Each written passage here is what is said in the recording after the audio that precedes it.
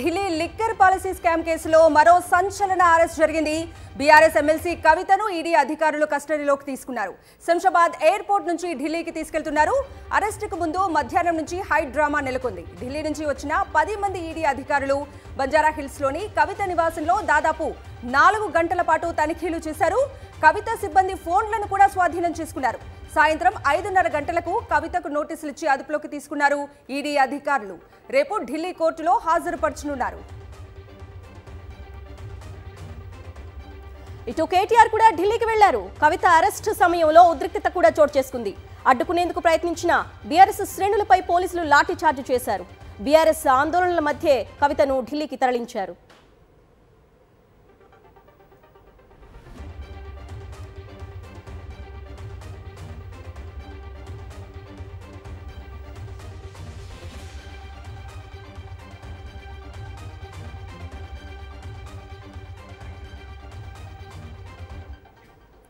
కవిత అరెస్ట్తో ED అధికారులపై తీవ్ర స్థాయిలో ఫైర్ అయ్యారు మాజీ మంత్రి కేటీఆర్.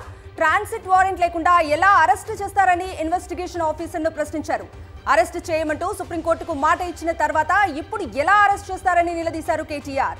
సుప్రీంకోర్టులో చెప్పిన మాటను తప్పుతున్న అధికారులు ఇబ్బందులు ఎదుర్కోవాల్సి వస్తుందని హెచ్చరించారు. సోదాలు ముగిసిన తర్వాత కవిత ఇంట్లోకి రాకుండా పార్టీ నేతలను అధికారులు అడ్డుకోవడంపై ఆగ్రహం వ్యక్తం చేశారు KTR. How have they entered? Yes, correct. Madam door is open. Madam Bhanupriya Meena says, search is over and arrest warrant is produced. And now she says, hold on. And now she says, we can't come in. Family cannot come in. And she also says that she has no transit warrant. She cannot produce before a magistrate. But she wants to make a case. Listen, you have given an undertaking in Supreme Court, and now you're violating it. You're in serious trouble. You're in serious trouble. You have the legal remedy always available. I'm telling you, you have come here on a Friday. Just please record. How have they entered? Yes, correct. Madam door is open. Madam Bhanupriya Meena says, search is over and arrest warrant is produced. And now she says, hold on. And now she says, we can't come in. Family cannot come in. And she also says that she has no transit warrant. She cannot produce before a magistrate. But she wants to make a case. Listen, you have given an undertaking in Supreme Court, and now you're violating it. You're in serious trouble. You're in serious trouble. You have the legal remedy always available. I'm telling you, you have come here on a Friday. Just please record. How have they entered? Yes, correct. Madam door is open.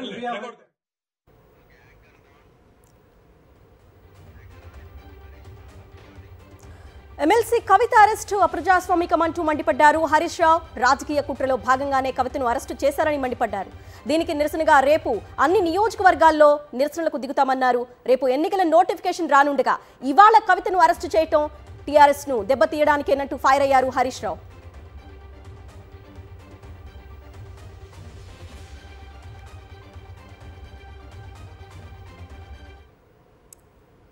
ఇదంతా కూడా ఒక కక్షతో చేస్తున్నటువంటిదే తప్ప ఇంకోటేం కాదు.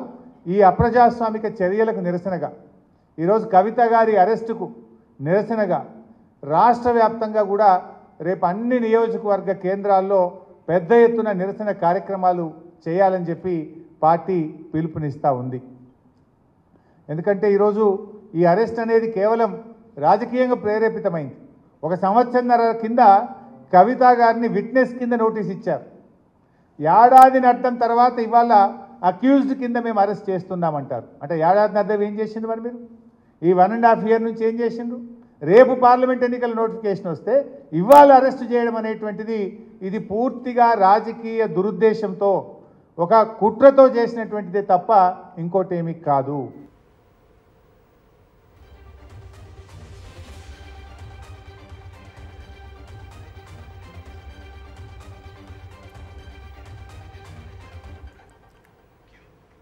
Right, మనకి కవిత పేరు ఎప్పుడైతే liquor స్కామ్లో బయటకు వచ్చిందో అప్పటి నుంచి మనం ఫాలో అప్ చేస్తూనే ఉన్నాము. రైట్, ఢిల్లీ నుంచి వెంకటేష్ మా ప్రతినిధి సిద్ధంగా ఉన్నారు. వెంకటేష్ చెప్పండి, ఇప్పుడు నెక్స్ట్ కవిత ముందున్నటువంటి ఆప్షన్స్ ఏంటి? బీఆర్ఎస్ ఎమ్మెల్సీ కవితను ఈడీ అరెస్ట్ చేసింది. సో ఈడీ ప్రస్తుతం ఆమెను రౌజ్ అవెన్యూ కోర్టుకు రేపు తీసుకెళ్లేందుకు ఈరోజు ఆమెను ఢిల్లీకి తరలిస్తున్నారు. సో ఢిల్లీలో ఈరోజు రాత్రి ఈడీ కార్యాలయంలోనే ఆమెను ఉంచబోతున్నారు. సో రేపు సాయంత్రం 5 గంటల వరకు కూడా ఆమెను ప్రవేశపెట్టేందుకు ఈడీ వద్ద సమయం ఉంది. సో అరెస్ట్ చేసినటువంటి 24 గంటల వ్యవధిలో ఈడీ అధికారులు స్పెషల్ కోర్టు ముందు ఆమెను హాజరుపరచాల్సి ఉంటుంది. ఈ మేరకు ఈడీ కార్యాలయం వద్ద కూడా ఇప్పటికే 144 సెక్షన్ విధించారు. ఈ నేపథ్యంలో కవితకు సంబంధించినటువంటి కేసుకు సంబంధించి తదుపరి న్యాయ ప్రత్యామ్నాయాలకు సంబంధించినటువంటి అంశాలపైన ఇప్పటికే చర్చిస్తున్నారు. ప్రస్తుతం కవితకు సంబంధించినటువంటి న్యాయవాది ఢిల్లీలో మాట్లాడుతున్నారు. ఆ లైవ్ చూద్దాం ఇప్పుడు. సుప్రీంకోర్టు ఈరోజు మిస్లీనియస్ డే కావడంతో ఫ్రైడే ఈ మ్యాటర్ కొంచెం వినాలి కాబట్టి, వాదనలు జరగాలి కాబట్టి అందుకని ట్యూస్డే రోజుకి వాయిదా వేయడం జరిగింది. కోర్టు తనంత తానే మంగళవారంకి వాయిదా వేసింది. మేమేం రిక్వెస్ట్ చేయలేదు. కోర్టు తనంత తానే మంగళవారం వాయిదా వేసింది. అరెస్ట్ పైన స్టే ఇవ్వడంతో ఇంతకు ముందే గతంలో అడిషనల్ సాలిసిటర్ జనరల్ గారు స్టేట్మెంట్ ఇవ్వడం జరిగింది, మేము కోర్సివ్ యాక్షన్ తీసుకోను అని. కానీ ఈరోజు కేసు లిస్ట్ అయినప్పుడు అదే వాదనలు వినిపించుకుంటా అడిషనల్ సాలిసిటర్ జనరల్ గారు నేను నా స్టేట్మెంట్ విత్డ్రా చేసుకుంటా అన్నారు. అన్నప్పటికీ కోర్టు మంగళవారంకి మేము విచారణ పెడుతున్నాం, మేము ఇప్పుడు ఏం వినము, మంగళవారంకి పెడతామన్నది. అలా పెట్టినప్పుడు 1 o'clock కేసు అయిపోయాక 2 గంటల కవిత గారి ఇంట్లోకి పోలీసు ఈడీ అఫీషియల్స్ వస్తారు. 2 గంటలకు వచ్చిన తర్వాత 5:30 వరకు సెర్చ్ చేసి వాళ్ళ రిపోర్ట్ ప్రకారం 5:20కి అరెస్ట్ అని చూపించి దీంతోడు ఆల్రెడీ ఫ్లైట్ టికెట్ కూడా బుక్ చేస్తారు. అంతే, ఇదంతా ప్రీ ప్లాన్డ్గా జరిగింది. ఇదంతా కోర్సివ్ యాక్షన్ తీసుకోనని అడిషనల్ సాలిసిటర్ కోర్టుకి ఇవ్వడం జరిగింది. ఈడీ తరపున అడ్వకేట్ కోర్టుకి చెప్పారు. ఒక్కసారి విచారణలో ఉన్నప్పుడు మావి 10 ప్రేయర్లు ఉన్నప్పుడు ఇది కూడా వన్ ఆఫ్ ది ప్రేయర్. అలా ప్రేయర్ ఉన్నప్పుడు కోర్టు విచారణ ఉన్నప్పుడు అంత ఎందుకండి, అంత పరుగులు ఎందుకండి? ఇప్పుడు ఎలక్షన్ అఫిడవిట్ ఉంది, అంతున్నాయి, ఇప్పుడు ఎలక్షన్ నడుస్తున్నాయి. మంగళవారం వాయిదా వేసినప్పుడు కోర్టు ఇప్పుడు అరెస్ట్ చేయాల్సిన అవసరం ఏంటి? ఇన్ని రోజులు చేయకుండా ఈడీ తను ఇచ్చిన డెసిషన్కి కట్టుబడి ఉండాలి. వాళ్ళ వాదనలు జరిపించిన న్యాయవాది ఇచ్చిన డెసిషన్కి కట్టుబడి ఉండాలి. తను అండర్టేకింగ్ ఇచ్చారు కోర్టులో అరెస్ట్ చేయమని. ఈరోజు నేను విత్డ్రా చేసుకుంటున్నారు, కానీ కోర్టు ఎక్కడ రికార్డ్ చేయలేదు ఈరోజు ఆర్డర్లో మేము విత్డ్రా చేసుకుంటున్నామని. సాలిసిటర్ జనరల్ స్టేట్మెంట్ ఇచ్చాడు. ఒక్కసారి అండర్టేకింగ్ ఇస్తే ఆ కేసు ఇంకొక ఆర్డర్ వచ్చేంత వరకు అండర్టేకింగ్ లైబుల్ అవుతుంది. సుప్రీంకోర్టు ఎప్పుడు విచారణ తీసుకునే అవకాశం? మేము ఆల్రెడీ వేసింది మంగళవారంకి లిస్ట్ అయింది. ఇప్పుడు మంగళవారం లిస్ట్ అయింది. రైట్, మన విజువల్స్లో కూడా చూసుకున్నాం. ప్రస్తుతం కవిత లాయర్ మీడియాతో మాట్లాడడాన్ని. సో నెక్స్ట్ ఏం జరుగుతుందో అనేది ఉత్కంఠ అయితే రేగుతోంది. ప్రస్తుతానికి ఈడీ కార్యాలయానికి తరలిస్తున్నారు కవితను. రైట్, ఇక రేపటి అప్డేట్స్కి వస్తే మనం రేపు సార్వత్రిక ఎన్నికల షెడ్యూల్ విడుదలకు కౌంట్ డౌన్ మొదలైంది. రేపు మధ్యాహ్నం ఎన్నికల తేదీలు ప్రకటించేందుకు ఈసీ రెడీ అయింది. లోక్సభతో పాటే ఆంధ్రప్రదేశ్ సహా పలు రాష్ట్రాల అసెంబ్లీలకు polling నిర్వహించనుంది election commission.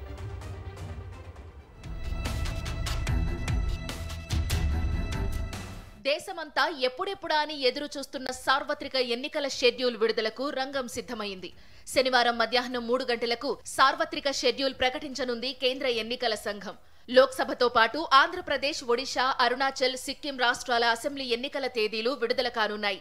Jammu Kashmir శాసనసభ ఎన్నికల షెడ్యూల్ ప్రకటిస్తారా లేదా అనే విషయంపై స్పష్టత లేదు. ప్రస్తుత లోక్సభ గడువు జూన్ 16వ తేదీతో ముగుస్తోంది.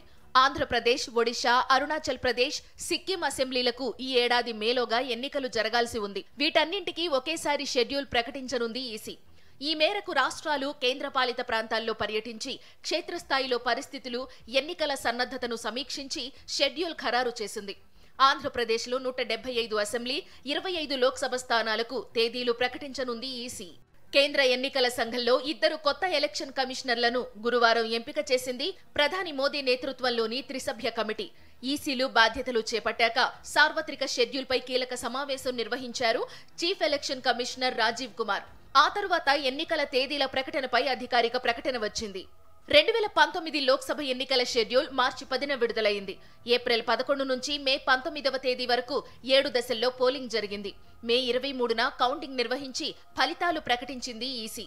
ఈసారి కూడా ఏప్రిల్ మే నెలల్లోనే ఎన్నికలు నిర్వహించేలా ఏర్పాట్లు చేసింది కేంద్ర ఎన్నికల సంఘం. బెంగాల్లో ఒకే విడతలో ఎన్నికలు పూర్తి చేయాలని డిమాండ్ చేస్తోంది తృణమూల్ కాంగ్రెస్. సార్వత్రిక షెడ్యూల్ ప్రకటించగానే దేశవ్యాప్తంగా ఎన్నికల కోడ్ అమల్లోకి వస్తుంది. నోటిఫికేషన్ రాకముందే సార్వత్రిక యుద్ధంలోకి దూకేశాయి రాజకీయ పార్టీలు. ఇప్పటికే 267 స్థానాలకు అభ్యర్థులను ప్రకటించింది. అటు కాంగ్రెస్ కూడా 2 విడతల్లో లోక్సభకు పోటీ చేసే 82 మంది పేర్లు రిలీజ్ చేసింది. గడిచిన 15 రోజులుగా దేశవ్యాప్తంగా సుడిగాలి పర్యటనలు చేస్తున్నారు ప్రధాని మోదీ. అటు భారత్ జోడో న్యాయయాత్ర కొనసాగిస్తున్నారు కాంగ్రెస్ నేత రాహుల్ గాంధీ. షెడ్యూల్ ప్రకటనలో దేశంలో రాజకీయ వేడి మరింత హీటెక్కనుంది. రేపు వైఎస్ఆర్సీపీ అభ్యర్థులను ప్రకటించనున్నారు సీఎం వైఎస్ జగన్. ఇప్పటికే శాసనసభ స్థానాలకు, పార్లమెంట్ నియోజకవర్గాలకు సమన్వయకర్తలను నియమించిన సీఎం జగన్ ఇప్పుడు అభ్యర్థుల తుది ప్రకటనకు రంగం సిద్ధమైంది. సీఎం జగన్ రేపు వైఎస్ఆర్ జిల్లా ఇడుపులపాయకు వెళ్లనున్నారు. వైఎస్ఆర్ ఘాట్ వేదికగా అసెంబ్లీ, లోక్సభ ఎన్నికల బరిలో నిలిచే వైఎస్ఆర్సీపీ అభ్యర్థులను ప్రకటించనున్నారు.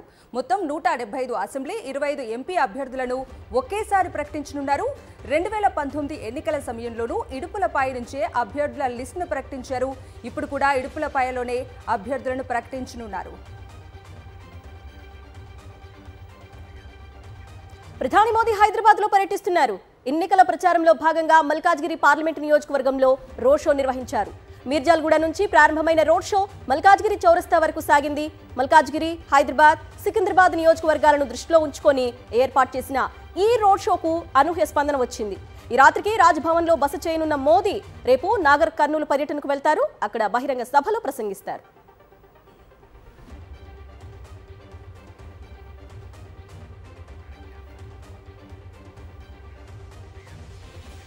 AP police association CM YS Jaganmohan రెడ్డికి కృతజ్ఞతలు తెలిపింది. పోలీస్ అసోసియేషన్ రాష్ట్ర అధ్యక్షుడు జనుకుల శ్రీనివాసరావు, ఉపాధ్యక్షుడు ఆర్ రఘురాం, పలువురు సభ్యులు సీఎంను ప్రత్యేకంగా కలిసి సత్కరించారు. ఏపీఎస్పీ, ఏఆర్ పోలీస్ సిబ్బందికి బ్యారెట్ క్యాప్, డ్రెస్ కోడ్ను ప్రభుత్వం మార్చింది. దీంతో పాటు పోలీసులకు సంబంధించిన పలు అంశాలపై సీఎం సానుకూలంగా స్పందించారు. ఈ సందర్భంగా AP police association state treasurer M Somasekhar Reddy, EC members Peddayya, Nageswararao తదితరులు సీఎంను కలిసి కృతజ్ఞతలు తెలిపారు.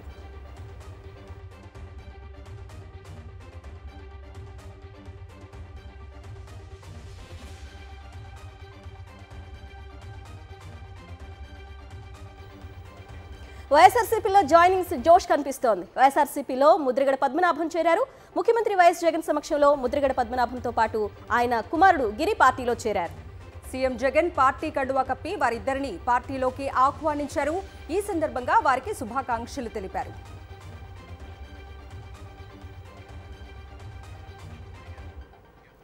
ఏలూరు జిల్లా ఉంగుటూరు జనసేన నేత నవుడు వెంకటరమణ సీఎం వైఎస్ జగన్ సమక్షంలో వైఎస్ఆర్సీపీలో చేరారు. పార్టీ కండువా కప్పి వైఎస్ఆర్సీపీలోకి సీఎం జగన్ ఆహ్వానించారు.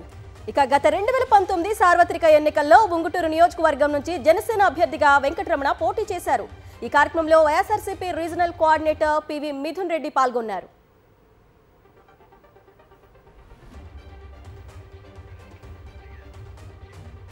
టీడీపీ నేత కొల్లు రవీంద్రపై మాజీ మంత్రి పేర్ని నాని తీవ్ర స్థాయిలో ఫైర్ అయ్యారు. భూమి లేనిదానికి పట్టాలిచ్చిన ఘనుడు కొల్లు రవీంద్ర అని విమర్శించారు. శ్రీరంగ నీతులు చెప్పే ఆయన ఒకే ఇంటికి 4 పట్టాలు ఎలా ఇచ్చాడని ప్రశ్నించారు. కొల్లువన్నీ తప్పుడు బుద్ధులు, తప్పుడు మాటలు అని మండిపడ్డారు. కొల్లు రవీంద్ర, ఈ దొంగ పట్టా ఇచ్చిన దొంగ నువ్వు కాదా? రాజుపేట ముస్లింస్ అందరినీ మోసం చేసినాడు ఎవడు? ఇల్లున్నడికి పట్టా ఏంటి? ఇది మదర్సా పేరు మీద అక్కడ ఇది మదర్సా అని మనం పెద్ద సంబరం చేశాం అక్కడ. ఇది మోసం, దగ అంటే, దొంగ పట్ట అంటే ఇది. నానా కొల్లు రవీంద్ర వెనకాల తిరుగుతున్నారు అమాయకి మన జనం. ఇతనే దొంగ బుద్ధులు, దొంగ పట్టాలు. రాష్ట్రంలో హింస లేని రీపోలింగ్ కి ఆస్కారం లేని ఎన్నికలు నిర్వహించడమే లక్ష్యంగా ఏర్పాట్లు జరుగుతున్నాయన్నారు AP chief election commissioner Mukesh Kumar Meena. ఎన్నికల నిర్వహణలో భాగంగా సంబంధిత ఉన్నతాధికారులు, జిల్లాల ఎస్పీలతో ప్రత్యేక సమావేశం నిర్వహించారు ముఖేష్ కుమార్. ఎక్కడ హింసాత్మక ఘటనలు జరిగినా తక్షణమే జిల్లా ఎస్పీలు చర్యలు తీసుకుంటారని స్పష్టం చేశారు. రాజకీయ ప్రకటనలు, ప్రచారంలో వ్యయంపై పరిమితికి మించి చేసినట్లయితే యాక్షన్ తీసుకుంటామని తెలిపారు. మన ఎక్స్పెండిచర్ చాలా తక్కువ పర్మిసిబుల్ ఉంది. 40 లక్షల రూపాయలు ఎమ్మెల్యే సీట్ గురించి, 95 lakh ఫర్ MP election, మొత్తం expenditure limit. So some people they try to not show the news which they have, the advertisement which they have paid, and they show it as news so that they can hide that expenditure.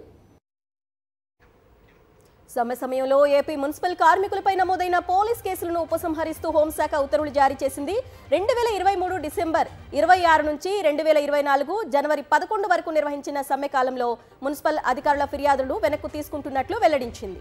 ఈ మేరకు డీజీపీకి పురపాలక శాఖ ప్రత్యేక ప్రధాన కార్యదర్శి why Srilakshmi లేఖ రాశారు. ఏలూరు, విశాఖ, విజయవాడ, గుంటూరు, నర్సరావుపేట, కడపలలో నమోదైన కేసులను ఉపసంహరిస్తున్నట్లు హోంశాఖ వెల్లడించింది.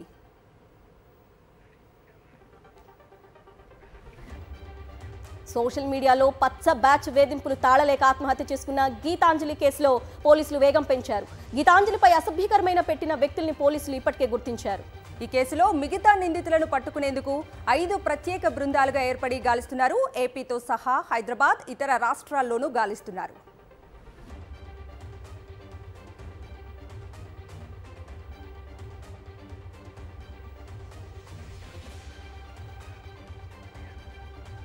ఏపీ బీజేపీలో టికెట్ల పంచాయతీ ముదురుతోంది. బీజేపీలో సీనియర్ల లేఖ కలకలం రేపుతోంది. చంద్రబాబు తీరు, ఏపీ రాజకీయ పరిణామాలపై ఢిల్లీ పెద్దలకు ఫిర్యాదులు చేస్తున్నారు. పొత్తులపై గలం విప్పుతున్నారు. తాము అడుగుతున్న సీట్లపై తేల్చకుండానే చంద్రబాబు అభ్యర్థులను ప్రకటించారని బీజేపీ సీనియర్లు ఆగ్రహం వ్యక్తం చేస్తున్నారు. టీడీపీ గెలవని సీట్లను బీజేపీకి కేటాయిస్తున్నారంటూ మండిపడుతూ బీజేపీ జాతీయ నాయకత్వానికి లేఖ రాశారు రాష్ట్ర సీనియర్ నేతలు.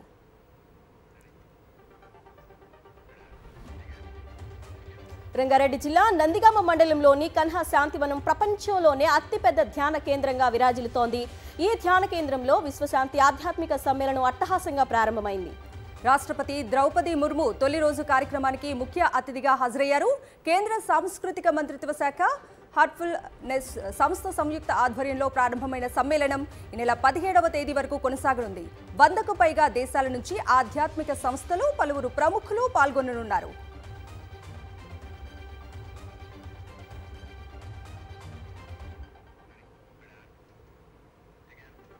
కరీంనగర్ రూరల్లో పర్యటిస్తున్న మంత్రి పొన్నం ప్రభాకర్కు నిరసన సెగ తగిలింది. పంట పొలాలకు సాగునీరు ఇవ్వాలంటూ ముగ్దంపూర్ రైతులు ప్రభాకర్ను అడ్డుకున్నారు. వర్షాలు పడకపోవడంతో నీళ్లు రాలేవని, నన్నేం చేయమంటారంటూ మంత్రి ఎదురు ప్రశ్నలు వేశారు. తనను అడ్డుకోమని ఎవరు పంపారంటూ రైతులపై మంత్రి పొన్నం చిందులేశారు. అధికారులతో మాట్లాడి సమస్యను పరిష్కరిస్తానని రైతులను సముదాయించే ప్రయత్నం చేశారు మంత్రి పొన్నం ప్రభాకర్.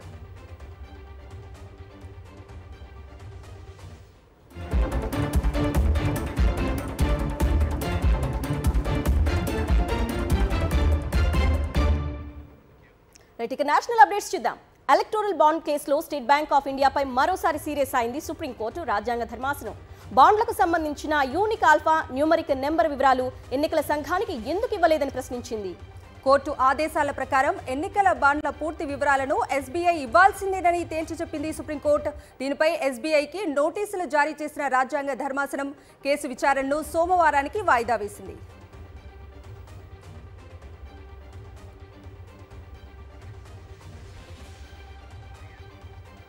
కర్ణాటక మాజీ ముఖ్యమంత్రి బీజేపీ సీనియర్ నేత బీఎస్ యడియూరప్పపై లైంగిక వేధింపుల ఆరోపణలు రాష్ట్ర రాజకీయాల్లో కలకలం రేపుతున్నాయి. 17 ఏళ్ల బాలికపై ఆయన లైంగిక దాడికి పాల్పడ్డారనే ఫిర్యాదు అందింది. దీంతో ఆయనపై ఫోక్సో కేసు నమోదు చేశారు పోలీసులు. మోసం కేసులో సాయం చేయాలంటూ బాధితురాలు ఆమె తల్లి ఫిబ్రవరి 2న యడ్యూరప్పను కలిశారు. ఆ సమయంలో తన కుమార్తెపై ఆయన లైంగిక దాడికి పాల్పడ్డారంటూ బాధితురాలు తల్లి పోలీసులకు కంప్లైంట్ చేసింది. ఈ ఆరోపణలను ఖండించిన యడ్యూరప్ప రాజకీయ కుట్ర కోణాన్ని తోసిపుచ్చారు. బాధితురాలు తనను కలిసిన మాట నిజమేనని, ఇతర ఆరోపణలు మాత్రం అవాస్తవాలని స్పష్టం చేశారు.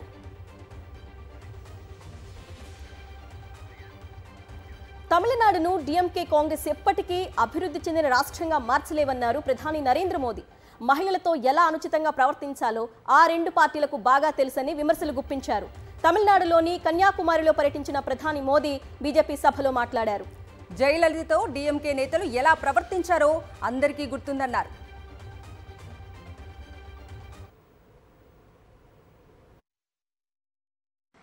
तमिलनाडु के लोग जानते हैं कि जयललिता जी के साथ डीएमके नेताओं ने कैसा व्यवहार किया था।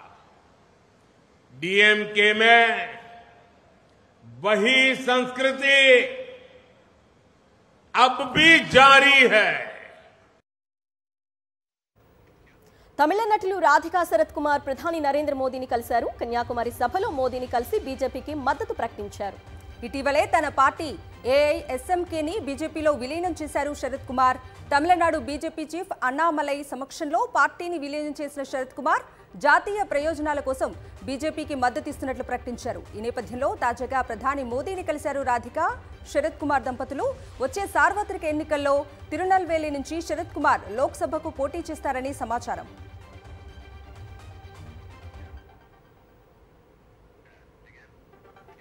బాలీవుడ్ బిగ్ బి అమితాబ్ బచ్చన్ అస్వస్థతకు గురయ్యారు. ముంబైలోని కోకిలాబెన్ హాస్పిటల్లో చేరారు. కాలికి క్లాట్ ఏర్పడడంతో వైద్యులు ఆయనకు యాంజియోప్లాస్టీ చేశారని సమాచారం. ఆసుపత్రిలో చేరటానికి ముందు ఎక్స్లో ఒక పోస్ట్ పెట్టారు బిగ్ బి. ఎప్పటికీ కృతజ్ఞతతో ఉంటా అంటూ ఆయన చేసిన పోస్ట్ వైరల్గా మారింది. తన అనారోగ్యాన్ని ఉద్దేశించే అమితాబ్ ఈ ట్వీట్ చేసినట్లు నెటిజన్లు భావిస్తున్నారు.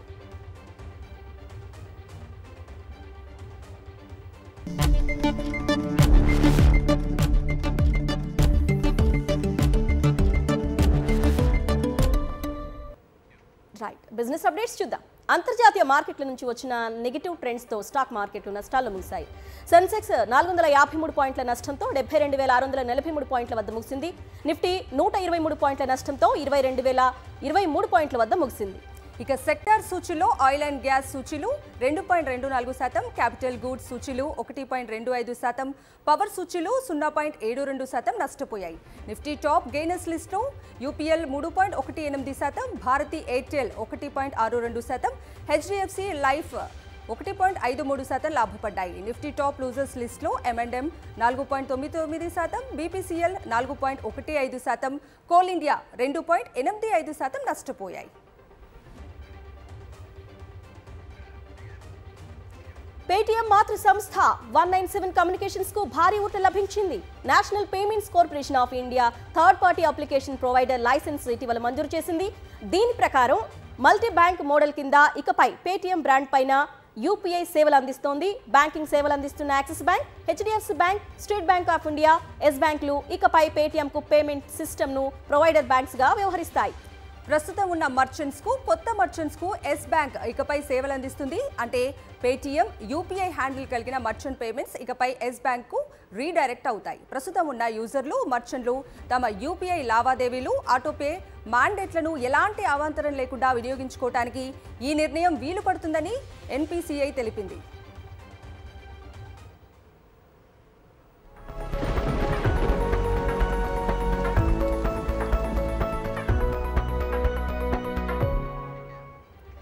రైట్గా వెదర్ అప్డేట్స్ చూద్దాం. దంచి కొడుతున్న ఎండలతో ఉక్కిరిబిక్కిరి అవుతున్న తెలంగాణ ప్రజలకు కాస్త ఉపశమనం కలిగించే చల్లని కబురు చెప్పింది వాతావరణ శాఖ. ఉపరితల ద్రోణి కారణంగా వాతావరణం కాస్త చల్లబడింది. వాతావరణం ఒక్కసారిగా మారి అక్కడక్కడ చిరుజల్లులు కురిశాయి. రాష్ట్రంలో రాగల 3 రోజుల పాటు మోస్తారు వర్షాలు కురిసే అవకాశం ఉందని వాతావరణ శాఖ తెలిపింది. మరోవైపు ఏపీలో విభిన్నమైన వాతావరణం ఉంది. రాష్ట్రంలో ఎండలు దంచి కొడుతున్నాయి. రాయలసీమలో వేడి గాలులు కొనసాగుతున్నాయి. నంద్యాలలో రికార్డు స్థాయిలో 40 డిగ్రీల సెల్సియస్ ఉష్ణోగ్రతలు నమోదయ్యాయి. క్రమంగా మధ్యాహ్నం వేళ ఉష్ణోగ్రతలు పెరిగే అవకాశం ఉన్నట్లు తెలుస్తోంది.